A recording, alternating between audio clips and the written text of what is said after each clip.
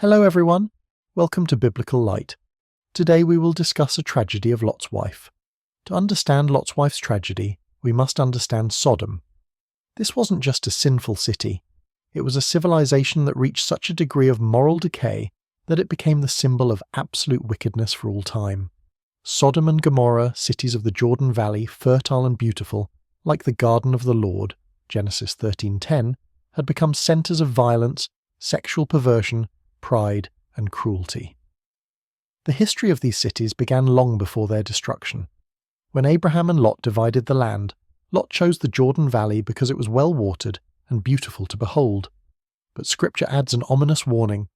Now the men of Sodom were wicked, great sinners against the Lord, Genesis 13:13. Lot knew this, but the temptation of material prosperity proved stronger. First he pitched his tents near Sodom, then moved into the city, then became a respected resident sitting at the gate, the place where elders and judges gathered. The prophet Ezekiel would later describe their sin with striking precision. Behold, this was the guilt of your sister Sodom. She and her daughters had pride, excess of food, and prosperous ease, but did not aid the poor and needy. Ezekiel 16:49. Wealth without mercy, abundance without gratitude, pride without conscience. They had everything. Fertile land, prosperous trade, comfortable life. But instead of gratitude to God, they developed a culture of selfishness, where the suffering of the poor was ignored, where the strong oppressed the weak, where justice was sold for bribes. But this was only the foundation of sin. Sexual depravity reached such levels that even angels who came to Lot in the form of men were attacked by a mob demanding the guest be brought out for gang rape. Both young and old, all the people to the last man, Genesis 19:4. Not a marginal group of perverts, but the entire society, from teenagers to the elderly, plunged into collective madness. When Lot tried to protect his guests, the crowd accused him. This fellow came to sojourn, and he has become the judge. Righteousness became a crime. Morality became betrayal of social norms. Abraham prayed for the city, bargained with God in one of Scripture's most stunning dialogues. Would 50 righteous be found? 45, 30, 20, 10. God promised to spare the entire city for the sake of 10 righteous, Genesis 18:32. But even 10 weren't found in a city of thousands. Only Lot with his family received a chance to flee, and even among them not all proved capable of breaking with the doomed world. 2 angels in the form of men came to Sodom in the evening. Lot sat at the city gate, a sign of his status and position in the city. Seeing the travellers, he insisted on hospitality, which was an Eastern tradition, but also a sign of his preserved decency amid universal decay. He prepared them a feast, baked unleavened bread, cared for his guests' comfort. But that night the city showed its true face. Lot's house was surrounded by a mob, the men of Sodom, young and old, demanding, "Where are the men who came to you tonight? Bring them out to us, that we may know them," Genesis 19:5. Gang rape as the norm, hospitality trampled, human dignity destroyed. Lot went out to them, closing the door behind him, and in desperation offered his daughters instead of the guests, a gesture that shocks modern readers but shows the absolute sacredness of hospitality in ancient culture and the depth of his desperation. The crowd refused. They wanted the men specifically, the perversion specifically. "Stand back. This fellow came to sojourn and he has become the judge. Now we will deal worse with you than with them." Now Lot himself was under threat. The angels intervened, pulled Lot into the house, locked the door, and struck the attackers with blindness. But even blinded, they continued searching for the entrance, groping along walls until exhaustion. The obsession with sin was total. At dawn, the angels announced the city will be destroyed. "Have you anyone else here? Sons-in-law, sons, daughters, or anyone you have in the city, bring them out of the place." Genesis 19:12. Lot went to his sons-in-law, husbands of other daughters not mentioned in the escape story. He warned of destruction. But he seemed to his sons-in-law to be jesting, Genesis 19:14. They didn't believe. They stayed. They perished with the city. Morning. The angels urge, "Up, take your wife and your 2 daughters, lest you be swept away." Genesis 19:15. But Lot lingered. Scripture uses this word, lingered, Genesis 19:16. Why? Did he regret possessions accumulated over years? Hope for mercy for the city? Not believe the reality of the threat? So the men seized him and his wife and his 2 daughters by the hand, the Lord being merciful to him, and they brought him out and set him outside the city. Genesis 19:16. Notice, they were saved forcibly. Angels literally grabbed their hands and pulled them out. God's mercy is active. It doesn't wait until we're ready, doesn't passively observe. It acts even when we hesitate, even when we don't understand the danger. But mercy has conditions, and they are absolute. They led them outside the city walls, and the command sounded on which life depended. Escape for your life. Do not look back or stop anywhere in the valley. Escape to the hills, lest you be swept away.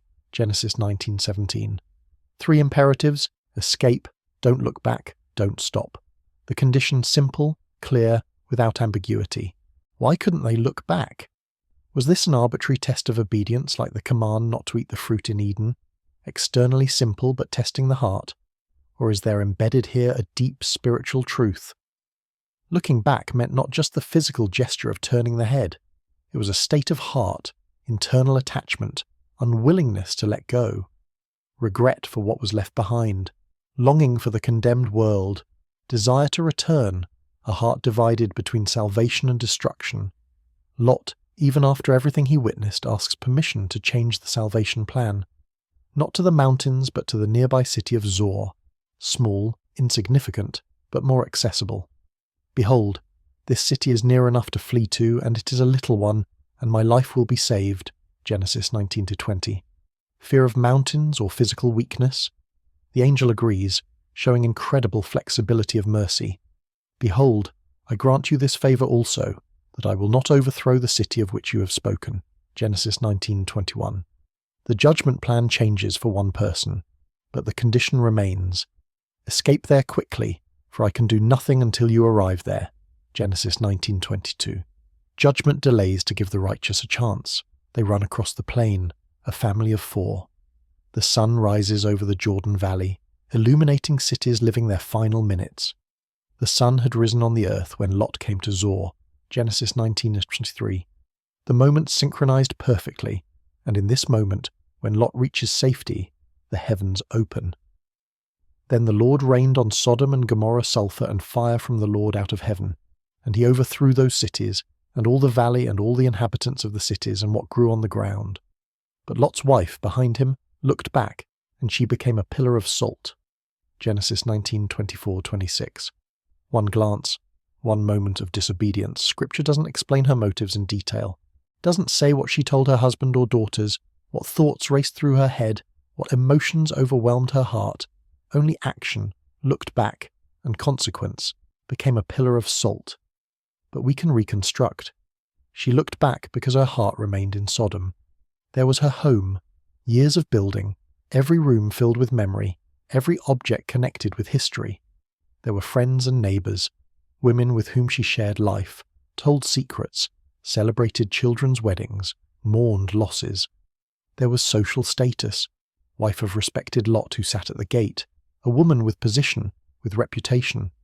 There was predictable, comfortable, familiar life. She was leaving the city physically, legs carried her away, body obeyed the angel's command. But her soul pulled backward, like a plant torn from its roots. Her body fled toward salvation, but her heart wept for what was lost. And when the roar began, when earth trembled, when heaven burst with flame, when air filled with the smell of sulphur, she couldn't withstand it, turned around. Not from simple curiosity, from deep, heart-wrenching longing, from attachment she couldn't break, from regret that proved stronger than fear of God, and became a pillar of salt, instantly.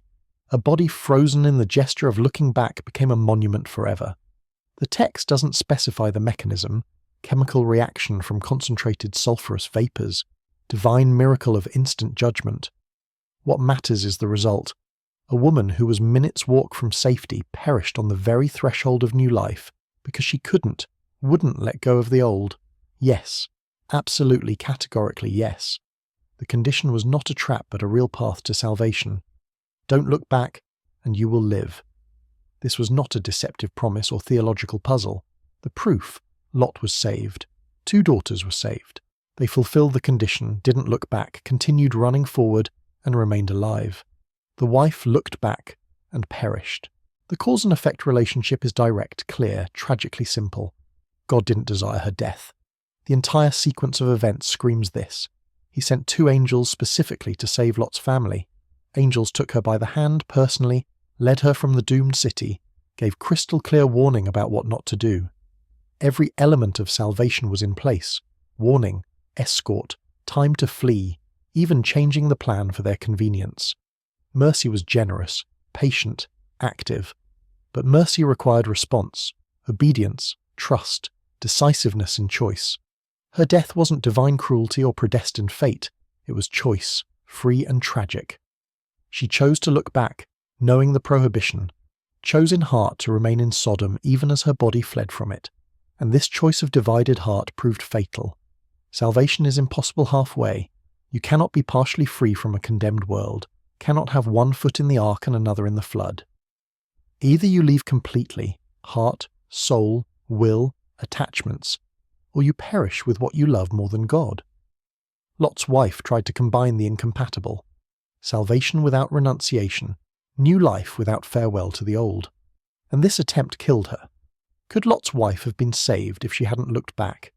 The answer is unequivocal: yes.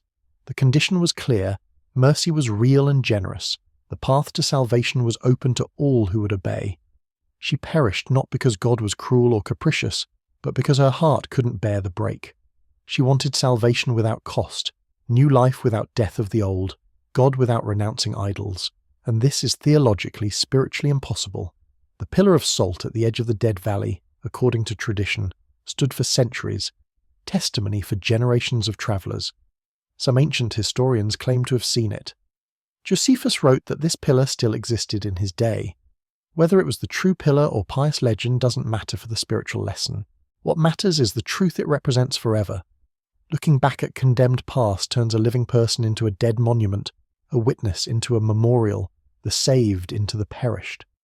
Christ used her story as warning.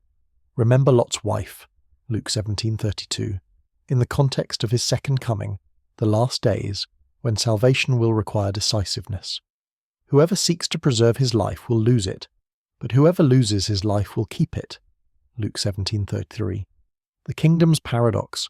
Attempting to preserve the old life destroys the new.